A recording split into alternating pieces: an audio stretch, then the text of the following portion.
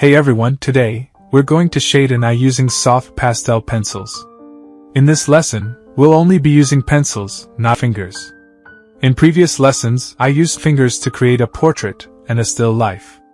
Here I'm using pencils because the drawing has a lot of intricate details, and there aren't many large areas in this piece. The tools we'll need are Stabilo and Faber-Castell soft pastel pencils, and a charcoal pencil. The first step is to define the highlights across the drawing. This is why we use colored paper. It helps us create our highlights and makes them look brighter. There are several criteria we use to choose the color of the paper. The first is the color of the drawing itself, so you can choose a color that's present in the drawing and incorporate it into the artwork. The second criterion is to choose a contrasting color for the paper, meaning if the drawing is orange, the paper should be blue, or if the drawing is red, the paper should be green. This color contrast makes both colors stand out. The third criterion is to choose a neutral shade from the gray tones. Why am I using pencils, and when should we use pencils versus fingers? When a drawing has many details like the one we're doing now, I use soft pastel pencils as if they were colored pencils. When to use fingers? In large areas like the cheek, forehead, neck, and clothing. You can use fingers even in detailed areas like the eyes or mouth, but only if two things are present: high control over your fingers and large areas to work on. On smaller areas, it's difficult to achieve details with fingers. Is it possible to use both soft pastel pencils and fingers together? Pencils are like colored pencils. They fill the paper's texture completely, so if you use pencils first, it might be hard to go over them with your fingers. However, if you start with fingers and then use pencils, the pencil will lift the finger-applied color. So, when I use them together, I use them side by side, not layered on top of each other. Fingers are for large areas, while pencils are for details, except in very limited cases. When it comes to coloring, you can apply dark colors over light ones or vice versa, except for highlights, which I add first.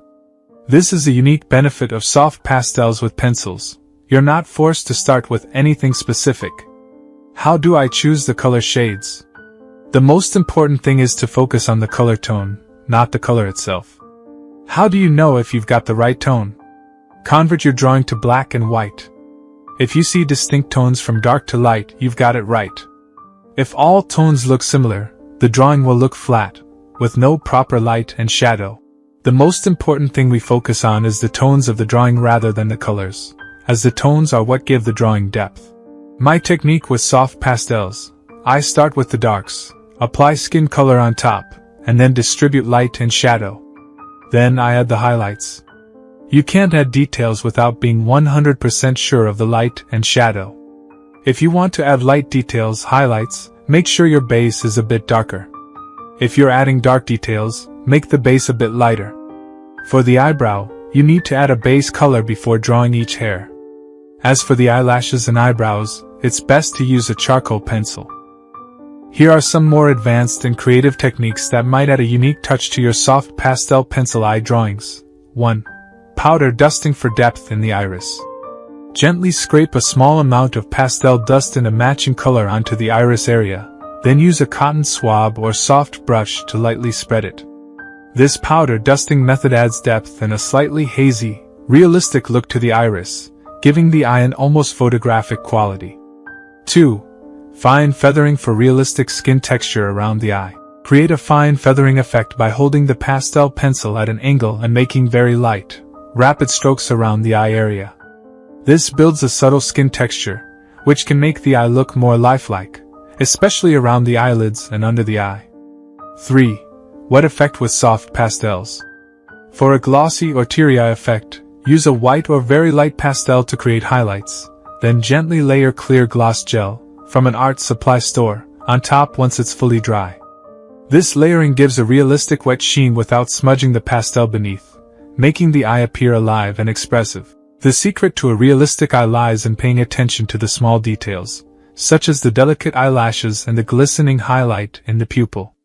Don't be afraid to experiment with different colors and techniques to create your own unique style. Remember, art is all about expression, so let your creativity flow. I can't wait to see your beautiful eye drawings. Share your creations with me using the #iArt. Don't forget to like the video and subscribe to the channel and leave a comment for the next video. Bye.